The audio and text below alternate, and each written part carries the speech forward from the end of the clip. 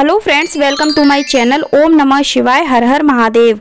आज की वीडियो में आपके साथ में शेयर करने वाली हूँ हरतालिका तीज की व्रत पूजा विधि। हरतालिका तीज का व्रत भाद्रपद माह की शुक्ल पक्ष की तृतीया तिथि को मनाया जाता है। इस दिन माता पार्वती, भगवान गणेश और भगवान भोलेनाथ की पूजा की जाती है और भगवान भोलेनाथ का विशेष रूप से अभिषेक किया जाता है। ऐसा कहा जाता है कि माता पार्वती ने भगवान शिव को प्राप्त करने के लिए, उनको प्रसन्न करने के लिए हरतालिका तीज का व्रत रखा था। हरतालिका तीज का व्रत सभी सुहागिन महिलाएं अपने पति की लंबी आयु की कामना करने के लिए, सुख समृद्धि के लिए यह व्रत करती हैं और कुंवारी कन्याएं हरतालिका तीज का व्रत अच्छे घर वर की प्राप्ति करने के लिए करती हैं। तो हरतालिका तीज की पूजा करने के लिए सबसे पहले हम चौकी लगा लेंगे। चौकी पर हम लाल या फिर पीला, सफेद या फिर पिंक कलर का, जैसे कि मैंने बिछाया है, आप इस तरह का कपड़ा बिछा लीजिएगा। आप हरे रंग का कपड़ा भी बिछा सकते हैं, नीले रंग का आप कपड़ा ना बिछाएं।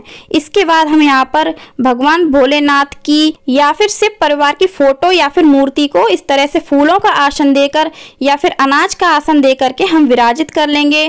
फ्रेंड्स, हरतालिका तीज में विशेष रूप से पार्थिव शिव परिवार की पूजा की जाती है, जिसमें मिट्टी से भगवान गणेश, माता पार्वती और मिट्टी का शिवलिंग बनाया जाता है। अगर आपके पास में शिव परिवार की फोटो नहीं है तो आप पार्थिव शिव परिवार जरूर बनाएं। आज के दिन पार्थिव शिव परिवार की पूजा जरूर की जाती है। अगर आप पार्थिव शिव परिवार इस तरह से नहीं बना पाते हैं तो आप पिंड के आकार के शिव पार्वती जी बना सकते हैं और भगवान गणेश जी भी बना सकते हैं। तो यहाँ पर हमने एक प्लेट में स्वास्तिक बनाया है, पीले चंदन से फूलों का आसन दिया है और भगवान शिव को हमने विराजित कर लिया है। अब हम कलश की स्थापना करेंगे। कलश आप मिट्टी का ले लें, पीतल का ले लें या फिर तांबे का ले लें, स्टील का कलश आप ना लें। कलश की स्थापना करने के लिए हम सबसे पहले कलश के कंठ पर मौली बांध लेंगे। इस पूजा में कलश की स्थापना जरूर की जाती है। अगर आप किसी कारणवश नहीं कर पाते हैं तो आप स्किप कर सकते हैं। हम कलश पर एक स्वास्तिक बना लेंगे। हरतालिका तीज की पूजा में दीप कलश की स्थापना की जाती है। आप नारियल कलश की भी स्थापना कर सकते हैं, लेकिन इसमें भगवान शिव की पूजा की जाती है और ऐसा कहा जाता है कि देवताओं की पूजा में दीप कलश की ही स्थापना की जाती है। तो आप इस पूजा में दीप कलश की ही स्थापना करें। कलश की स्थापना करने के लिए मैंने सबसे पहले गंगा जल डाला है, उसके बाद शुद्ध जल डाला है, हल्दी की गांठ, सुपारी, एक सिक्का, आप चांदी का सिक्का भी डाल सकते हैं, एक पुष्प डालेंगे। अगर आपके पास दूब घास है तो आप दूब घास भी डाल सकते हैं। इसके बाद कलश के मुख पर लगाने के लिए हमने पंच पल्लव लिए हैं। पंच पल्लव के रूप में आप आम के पत्ते, अशोक के पत्ते, ये भी ना मिले तो आप पान के पत्ते भी प्रयोग में ला सकते हैं। मैंने यहाँ पर आम के पत्ते प्रयोग में लिए हैं। अब हम पंच पल्लव को कलश के मुख पर लगाएंगे और कलश के मुख पर हम अनाज से भरी हुई कटोरी रखेंगे। इसके बाद हम कलश के मुख पर एक दीपक रखेंगे देसी घी का।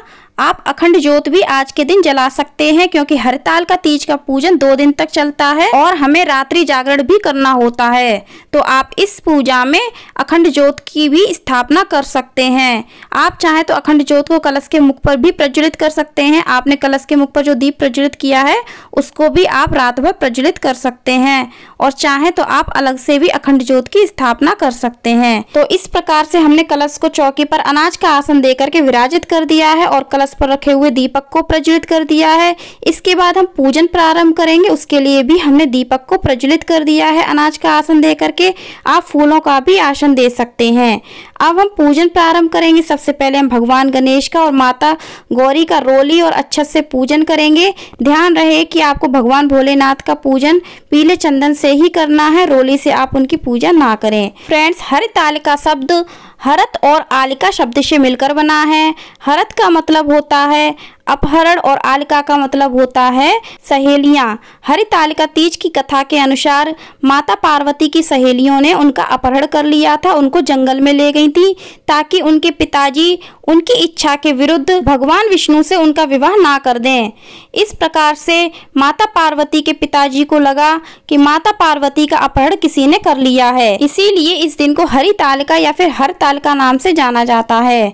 तो हमने यहाँ पर सभी भगवान को पुष्प अर्पित कर दिए हैं।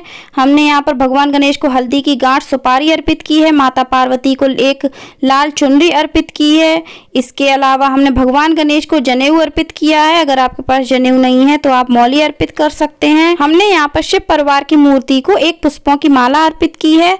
आप पुष्प भी अर्पित कर सकते हैं और अब हम कलश का पूजन करेंगे। कलश का पूजन आप इसी तरह से पीले चंदन से, रोली से और अक्षत से कर सकते हैं। और कलश पर जो दीपक रखा हुआ है उसका भी हमें पूजन रोली और अक्षत से करना चाहिए। इसके बाद चौकी पर जो हमने दीप प्रज्वलित किया है उसका भी हम इसी तरह से पूजन कर देंगे रोली और अक्षत से, और पुष्प अर्पित कर देंगे। फ्रेंड्स, हरताल का तीज का व्रत आपको कैसे करना है, इसके लिए आप सुबह उठें, नहाएं धोएं, स्वच्छ वस्त्र पहने और मंदिर के सामने बैठ करके हाथ में थोड़े से पुष्प लें और जल लें और थोड़े से अक्षत लें और संकल्प लें कि हमने आज हरताल का तीज व्रत रखने का संकल्प लिया है। अपने गोत्र का नाम लें, अपने पति का नाम लें। पति की लंबी आयु के लिए हमने यह व्रत रखा है, हमारा यह व्रत निर्विघ्न संपन्न हो। तो फ्रेंड्स, अब मैं यहाँ पर भगवान भोलेनाथ का अभिषेक कर रही हूँ। सबसे पहले मैंने शुद्ध जल से उनको स्नान करवाया, उसके बाद मैंने कच्चे दूध से स्नान करवाया, इसके बाद मैंने भगवान भोलेनाथ को शहद से स्नान करवाया और अब मैं उनको शुद्ध देसी घी से स्नान करवा रही हूँ।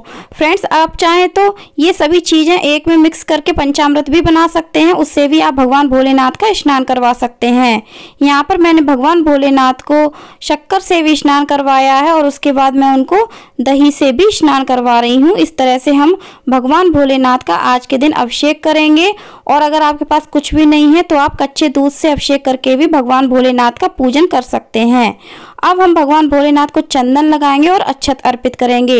इसके साथ में हम भगवान भोलेनाथ को ओम नमः शिवाय, ओम नमः शिवाय, ओम नमः शिवाय ऐसा जाप करते हुए उनको बेलपत्र अर्पित करेंगे। इसके साथ में हम उनको आक का पत्ता, धतूरा, जो भी आपके पास सामग्री है, हम भगवान भोलेनाथ को अर्पित करेंगे। पुष्प अर्पित करेंगे और मौली अर्पित करेंगे। आपके पास जनेऊ है तो हम वो भी भगवान भोलेनाथ को ओम नमः शिवाय का जाप करते हुए अर्पित करेंगे। फ्रेंड्स, इस पूजा में आपको ओम नमः शिवाय, हर हर महादेव का जाप लगातार करते रहें। इसके बाद मैंने यहाँ पर माता रानी को चुनरी तो पहले से ही पहनाई हुई है, आप इस वक्त भी माता रानी को चुनरी अर्पित कर सकते हैं। यहाँ पर मैंने माता पार्वती, भगवान गणेश को मौली अर्पित की है, इसके साथ में मैंने शिव परिवार की मूर्ति को भी मौली अर्पित की है।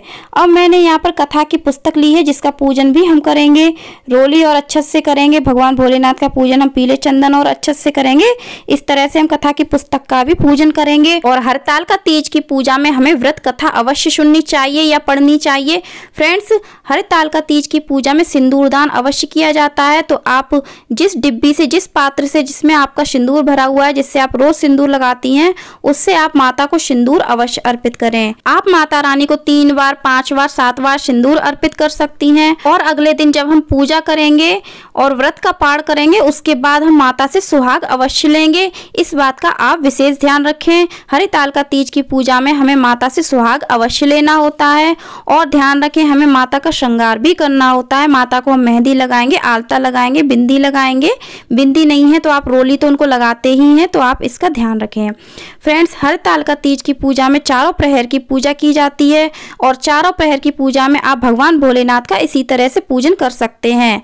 और आप इसी शिवलिंग पर भगवान भोलेनाथ का पूजन करें। आप अलग से शिवलिंग ना बनाएं, आपने जो शिवलिंग बनाई है इसी पर आप भगवान का चारों प्रहर में पूजा अभिषेक करें। तो यहाँ पर मैंने भगवान को भोग लगाया है। भोग में आप मीठी पूड़ी का भी भोग लगा सकते हैं, गुलगुले बनाते हैं तो गुलगुले का भी भोग लगाएं। आपके यहाँ जो प्रथा है, जो भोग बनता है, आप उसका भोग लगाएं।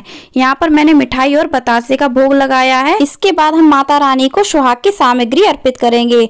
आज के दिन अगर हो सके तो आप माता रानी को 16 श्रृंगार अर्पित करें, नहीं हो सकता है तो आप 5 श्रृंगार या 7 श्रृंगार माता रानी को जरूर अर्पित करें। फ्रेंड्स, हरताल का तीज में रात्रि में जागरण किया जाता है और इस व्रत का पारण अगले दिन सुबह पूजा करने के बाद किया जाता है। इसके बाद हम भगवान को फलों का भोग लगाएंगे। आपके पास जो भी मौसमी फल हैं, 2, 3 या 5 फलों का भोग, नहीं तो आप 1 फल का भोग भी भगवान को लगा सकते हैं। फ्रेंड्स, इस पूजा में, इस व्रत में आप अपनी सास के लिए बायना भी निकाल सकते हैं, उनको साड़ी भी बायने में दे सकते हैं। और आपने जो सुहाग की सामग्री रखी हुई है वो भी आप अपनी सास को बायने में दे सकती हैं, दक्षिणा दे सकती हैं। अब हम सभी भगवान की आरती करेंगे। सबसे पहले हम भगवान गणेश की आरती करेंगे, माता गौरी की आरती करेंगे और फिर हम भगवान भोलेनाथ की आरती करेंगे। इस व्रत पूजा में अगर आप चाहते हैं तो कपूर आरती आरती भी कर सकते हैं। इसके साथ ही आप आज के दिन हवन भी कर सकते हैं। आप चाहे तो छोटा हवन कर लें, नहीं तो आप बड़ा हवन भी कर सकते हैं, जैसी आपकी इच्छा हो। आरती हो जाने के बाद हम सभी भगवान को दक्षिणा अर्पित करेंगे ताकि हमारी पूजा में जो भी कमी रह गई हो उसकी पूर्ति हो सके। सभी भगवान के हम चरण स्पर्श करेंगे, हाथ जोड़ करके प्रार्थना करेंगे, अपने पति की लंबी आयु की कामना करेंगे, हमारा सौभाग्य बना रहे ऐसे ही हम कामना करेंगे। अब हम हाथ में थोड़ा सा अनाज लेंगे, पुष्प लेंगे और हम हरताल का तीज व्रत की कथा पढ़ेंगे। कथा का वीडियो आपको मेरे चैनल पर मिल जाएगा, वीडियो का लिंक आपको डिस्क्रिप्शन बॉक्स में मैं दे दूंगी। इसके साथ ही फ्रेंड्स, मैंने अपने चैनल पर हरताल का तीज व्रत से जुड़ी हुई सामग्री का वीडियो डाल दिया है, उसका लिंक भी मैं आपको डिस्क्रिप्शन बॉक्स में दे दूंगी। इस प्रकार से जब कथा संपन्न हो जाए तो हमने जो हाथ में पुष्प लिए हैं, अनाज लिए हैं, वह हम भगवान भोलेनाथ को या फिर माता पार्वती को अर्पित कर देंगे। तो फ्रेंड्स, उम्मीद करती हूँ आपको हमारा यह वीडियो पसंद आया होगा। वीडियो पसंद आया हो तो लाइक करिएगा, ज़्यादा से ज़्यादा अपने फैमिली और फ्रेंड्स में शेयर करिएगा, हमारे चैनल को सब्सक्राइब करिएगा, बेल आइकन को प्रेस करिएगा और कमेंट में ये ज़रूर बताएं आपको वीडियो कैसा लगा। कमेंट में हर हर महादेव, ओम नमः शिवाय अवश्य लिखें। धन्यवाद।